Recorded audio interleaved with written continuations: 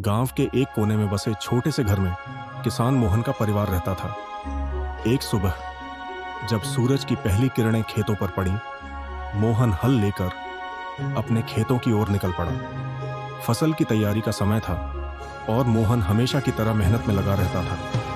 लेकिन आज कुछ अलग था। जैसे ही उसने हल चलाया, मिट्टी के नीचे से ठक ठक की आवाज आई। उसने उत्सुकता से जमीन खोदी और पाया कि वहां एक पुराना संदूक दबा हुआ था। संदूक में से निकला एक प्राचीन कागज जो समय की मार से थोड़ा मटमैला हो चुका था। उस पर कुछ अजीब से निशान और रेखाएं थीं। यह एक नक्शा था, लेकिन इसका मतलब क्या था? रहस्यमयी नक्शे की पड़ताल। घर लौटकर मोहन ने नक्शा अपने दादाजी को दिखाया। दादाजी ने कहा, यह नक्शा हमारी पुरानी विरासत का हिस्सा लग रहा है। इसमें जरूर कुछ छुपा हुआ होगा। मोहन का उत्साह बढ़ गया।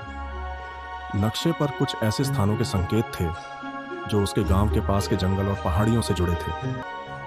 रात भर मोहन ने नक्शे को ध्यान से देखा। अगले दिन उसने निश्चय किया कि वह इस रहस्य का हल ढूंढेगा, लेकिन नक्शे पर लिखी कुछ बातें उसे बेचैन कर रही थीं। क्या यही वास्तव में खजाने तक ले जाएगा, या इसके पीछे कोई खतरा छिपा है? जंगल की पहली चुनौती सुबह जल्दी।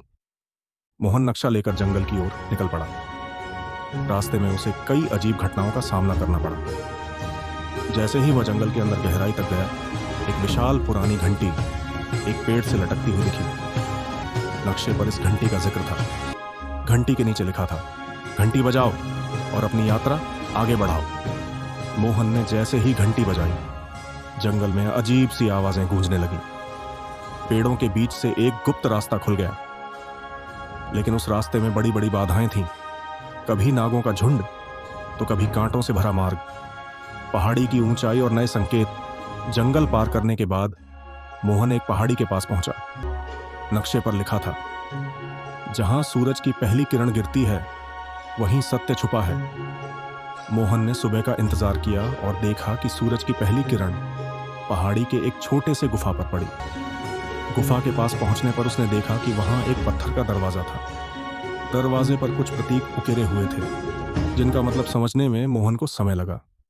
दरवाजा खुलने के बाद वह एक गहरे और अंधेरे रास्ते में चला गया।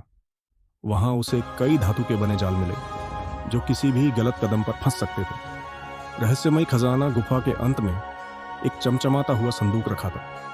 मोहन का दिल तेजी से धड़कने लगा।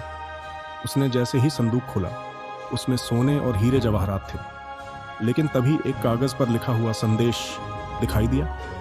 यह संपत्ति उन्हीं की है जो इसे दूसरों की भलाई के लिए इस्तेमाल करेंगे। अगर लालच किया तो सब नष्ट हो जाएगा। मोहन समझ गया कि यह खजाना किसी साधारण व्यक्ति के लिए नहीं था। उसने मन ही मन निर्णय लिया कि इस धन का उपयोग वह अपने गांव और आसपास के लोगों की मदद के लिए करेगा। अप्रत्याशित मोड़ खजाना लेकर मोहन जैसे ही बाहर निकला, वह एक रहस्यमयी व्यक्ति से टकरा गया। वह व्यक्ति खुद को इस खजाने का रक्षक बता रहा था। उसने मोहन से कहा, तुमने खजाना तो पा लिया, लेकिन क्या तुम इसका सही उपयोग करोगे?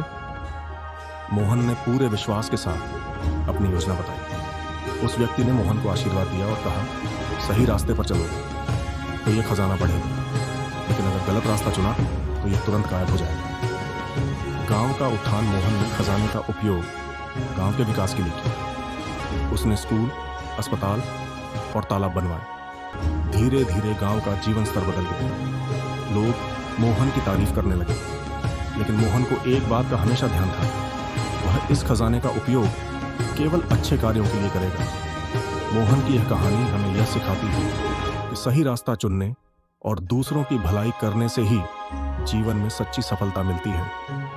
लालच और स्वार्थ हमें अंधकार की ओर ले जा सकते हैं, जबकि सेवा और ईमानदारी जीवन को प्रकाशित करती हैं।